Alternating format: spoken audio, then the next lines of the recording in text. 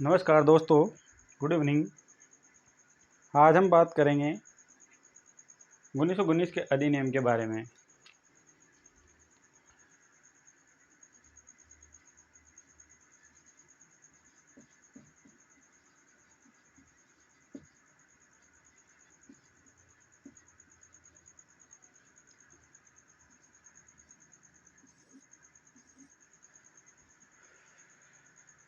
उन्नीस सौ उन्नीस का अधिनियम और 1935 का अधिनियम बहुत ही इंपॉर्टेंट अधिनियम है।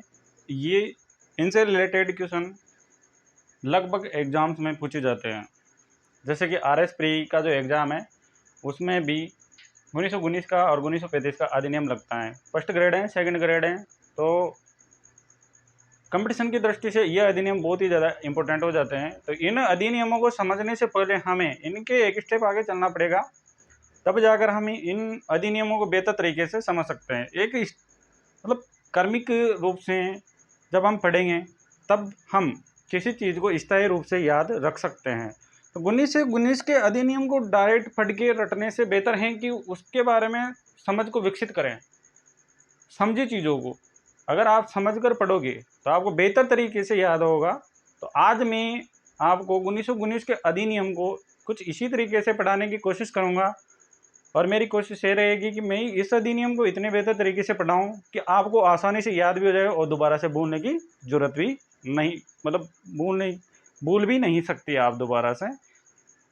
कुछ इस तरीके से पढ़ाने की कोशिश करेंगे। तो 1919 के अधिनियम को पढ़ने से पहले अपन इसके एक कदम आगे चलते हैं और वहाँ पर हम इसके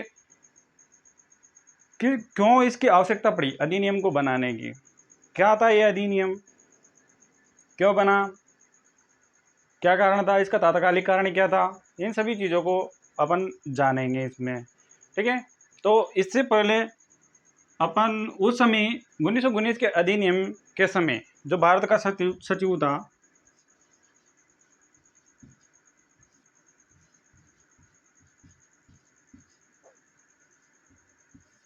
भारत सचिव कौन था? मॉन्टेग्यू।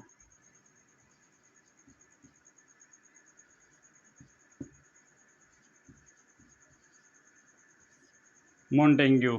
और भारत का गवर्नर जनरल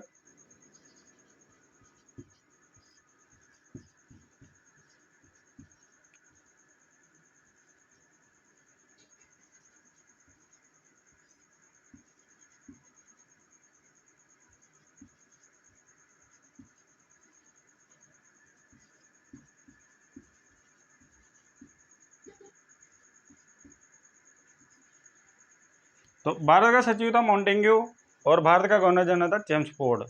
ठीक है। तो उसी समय जो इंग्लैंड की संसद थी, इंग्लैंड की संसद में एक अंग्रेज सदस्य था जिसका नाम था रॉबर्ट चार्ल्स।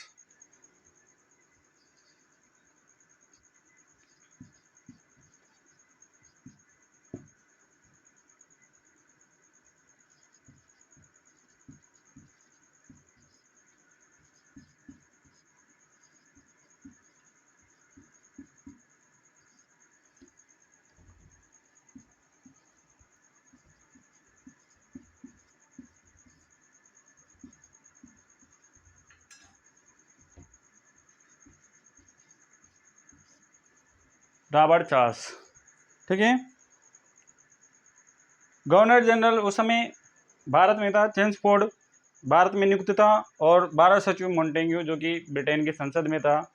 तो इससे पहले यानी कि 20 अगस्त 1917 को ब्रिटेन की जो संसद थी उसका एक सदस्य था रॉबर्ट चार्ल्स। इसने भारत के शासन के बारे में कुछ सवाल पूछे। किससे? भारत सचिव मॉन्टेग्यू से। तो इसके जवाब में मॉन्टेग्यू ने एक मतलब घोषणा की वहाँ पर भारत में क्रमिक रूप से उत्तरदायी शासन स्थापित करने को लेकर। ठीक है। तो उसे अपन बोलते हैं 20 अगस्त 1917 की मॉन्टेग्यू घोषणा।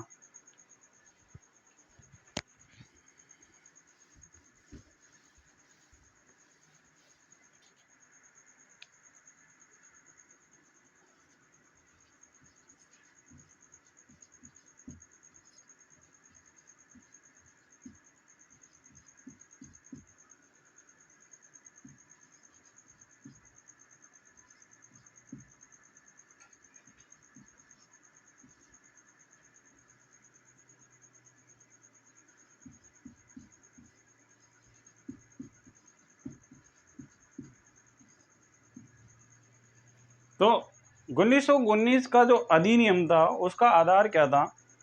मोंटेग्यू की 20 अगस्त 1917 की जो घोषणा थी वो, क्योंकि 20 अगस्त 1917 को ब्रिटेन की संसद में मोंटेग्यू ने घोषणा की थी कि भारत में क्रमिक रूप से, इसकी घोषणा थी, ये घोषणा कब की थी? जब ब्रिटेन के ही एक संसद के सदस्य था रॉबर्ट चार्ल्स, जिसने कहा कि भारत का जो उत्तरदायी शासन था उसके लिए, मतलब जो शासन व्यवस्था की थी आप लोगों ने, उसका क्या है? तो उसी के उत्तर में इसने ये घोषणा की थी कि भारत में क्रमिक रूप से उत्तरदायी शासन व्यवस्था लागू की जाएगी। उत्तरदायी शासन व्यवस्था क्या है? उत्तरदायी शासन व्यवस्था वह है जिसमें मतलब वहीं के लोगों के द्वारा उनका प्रतिनिधि चुना जाना, क्योंकि इससे पहले भारत में ऐसी व्यवस्था नहीं थी। अप्रत्यक्ष रूप से चुनाव होते थे, यानी कि सरकार अंग्रेजों के द्वारा ही मतलब भारत की जो शासन व्यवस्था है उनको चलाया जाता था। तो पहली बार यहाँ पर मतलब भारत में उत्तरदायी शासन की बात की गई थी। तो इसी अधिनियम के अंतर्गत उत्तरदायी शासन शब्द का स्पष्ट रूप से प्रयोग किया गया था। तो उत्तरदायी शासन वो होता है कि भारतीय जनता के द्वारा भारतीय प्रतिनिधियों को शासन के लिए नियुक्त करना, और जिन प्रतिनिधियों को वो अपने लिए नियुक्त करते हैं तो उन प्रतिनिधियों का उत्तरदायित्व हो जाता है जनता के प्रति कार्यों को करने का, यानी कि वो जो भी कार्य करेगा वो जनता को ध्यान में रखते हुए ही कार्य करेगा। यही उत्तरदायी शासन था। जबकि अंग्रेज जो होते थे प्रशासनिक या राजनीतिक व्यवस्थाओं में, तो वो भारतीयों के ऊपर इतना ध्यान नहीं दे पाते थे, इसीलिए उत्तरदायी शासन की बात कही गई है। तो पहली बार इसमें भारत में क्रमिक रूप से उत्तरदायी शासन को स्थापित करने की बात कही गई। ठीक है, तो इसके लिए मोंटेग्यू जो था ये नवंबर 1917 में भारत आया। जो मोंटेग्यू था वो नवंबर 1917 में भारत आया। भारत आकर ये यहाँ की जो प्रशासनिक अधिकारी थे उनसे मिला, उनसे बातचीत की। उसके बाद में भारत का जो गवर्नर जनरल था चेम्सफोर्ड, उसे मिला, उससे बातचीत की, और फिर भारतीय जो राजनेता थे उनसे मिला और उनसे बातचीत की। इन सबसे बातचीत करने के बाद में मोंटेग्यू ने जुलाई 1918 में एक रिपोर्ट प्रकाशित की।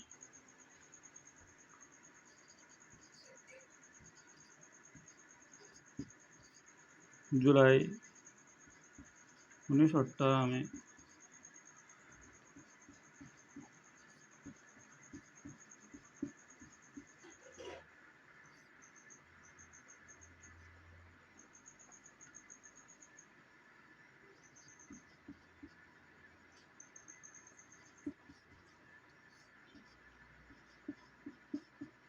एक रिपोर्ट प्रकाशित की, और यही रिपोर्ट आगे चलकर आधार बनी किसका? 1919 के अधिनियम का।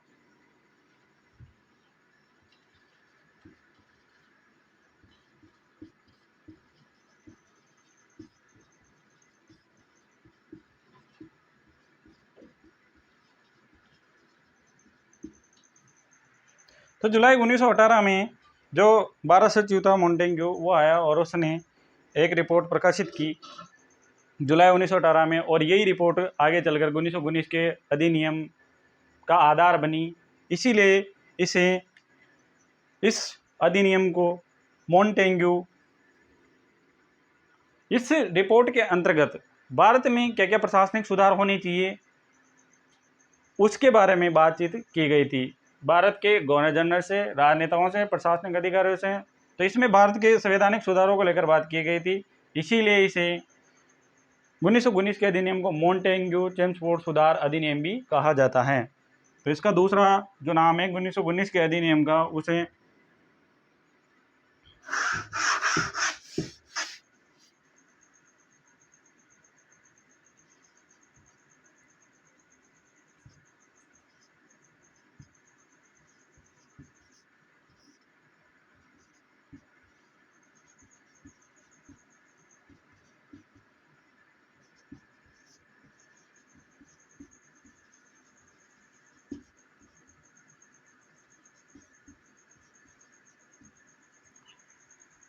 मॉन्टेग्यू चेम्सफोर्ड सुधार अधिनियम भी कहा जाता है। किसे? 1919 के अधिनियम को।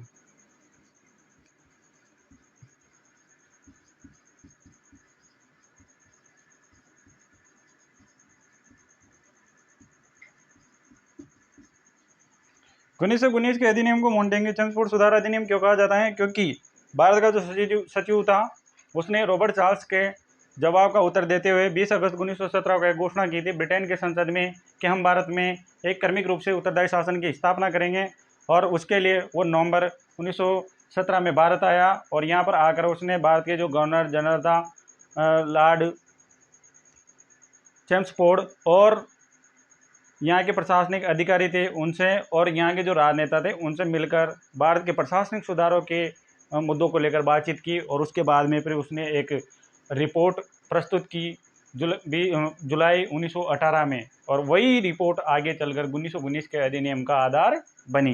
ठीक है, अगर मैं इस वीडियो में अगर आपको समझा पाने में सफल हुआ हूँ तो आप मेरे चैनल को सब्सक्राइब कीजिए, लाइक कीजिए, शेयर कीजिए, ताकि मैं ऐसे वीडियो बनाने के लिए और मोटिवेट हूँ। और 1919 का अधिनियम का जो अगला पार्ट है कि 1919 के अधिनियम में क्या क्या प्रावधान किए गए थे, उनको पढ़ने के लिए अगली वीडियो को देखना, तब जाकर आपको ये 1919 का अधिनियम समझ में आएगा। क्योंकि इसमें तो हमने इसकी रूपरेखा के बारे में बातचीत की है, अब वीडियो लंबा हो जाएगा, इसलिए मैं 1919 के अधिनियम की जो विशेषता है उसके बारे में यहाँ पर जिक्र नहीं कर सकता। इसका जिक्र हम अगली वीडियो में करेंगे। तो थैंक यू, धन्यवाद।